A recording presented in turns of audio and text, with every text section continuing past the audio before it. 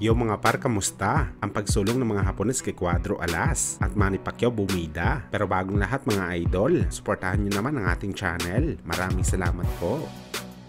So matapos nga po gumawa ng eksena, unbeaten legend Mayweather Jr. sa naging laban ni Canelo Alvarez at Charlo, kung saan nagsalita rin si Floyd sa post-fight interview ng PBC at niremind nito ang mga media at mga boxing fans kung sino ba talaga ang greatest boxer of all time sa boxing sports. Walang iba daw mga idol kundi ang kanyang sarili. Kaya dahil dito mga idol, viral ngayon sa social media ang naging panayam dati ni Max Kellerman, isang batikang boxing experts, kung saan sinagot nito ang tanong ng isang media na bakit para kay Kellerman daw si Manny Pacquiao ang greatest pound for pound boxer kumpara kay Floyd. At ayon kay Max Kellerman mga idol, si Pacquiao daw magandang example bilang greatest pound for pound boxer sa dahilan na maraming division ang kanyang pinagkampyonan, simula sa flyweight hanggang sa super welterweight division. Saan ba daw tayo makakahanap ng boxer mga idol na champion sa flyweight hanggang sa 154 pounds na hindi man lang nag-decline ng kanyang sarili? Kumbaga mga idol, simula sa 112 pounds halimaw na fighter si Pacman hanggang sa junior middleweight na maintain pa rin ito ang kanyang bagsik sa bakbak.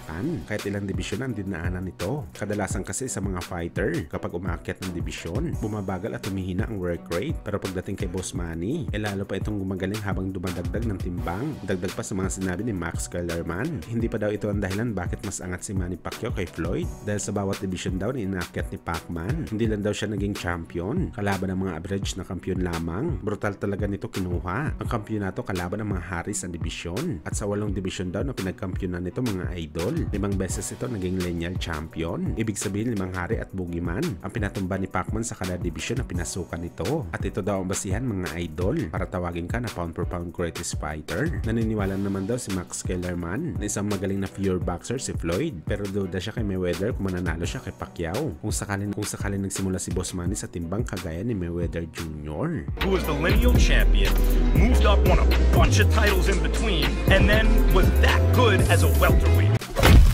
Sa kabilang banda naman mga idol, matapos nga po magpakita ng matinding ensayo si General Casimero kasama ang kanyang bagong assistant coach na si Urai sa Japan, kung saan mga idol kahit tuloy-tuloy ang ensayo ni Cuadro Alas, tuloy-tuloy din ang pagbisita sa kanya ng mga kababayan ni Inoue sa Japan. Sa video kasi ni Boss Rich doon mga idol, talaga makikita natin, dinadayo talaga si Casimero para lamang magpa-picture at magpa-autograph sa dating 3 Division World Champion. At isa na rin sa mga hiling ng mga Japanese boxing fans mga idol na makalaban ni Casimero.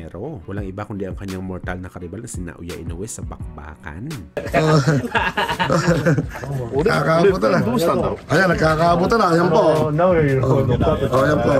Ayan po guys. Kaya nakatindi po ang ating boss, Champ Cuadro Alas Casimero. Kaya iba iyak. Kaya iba umiiyak. Ayan po. Ayan po. Bumili po ng t-shirt.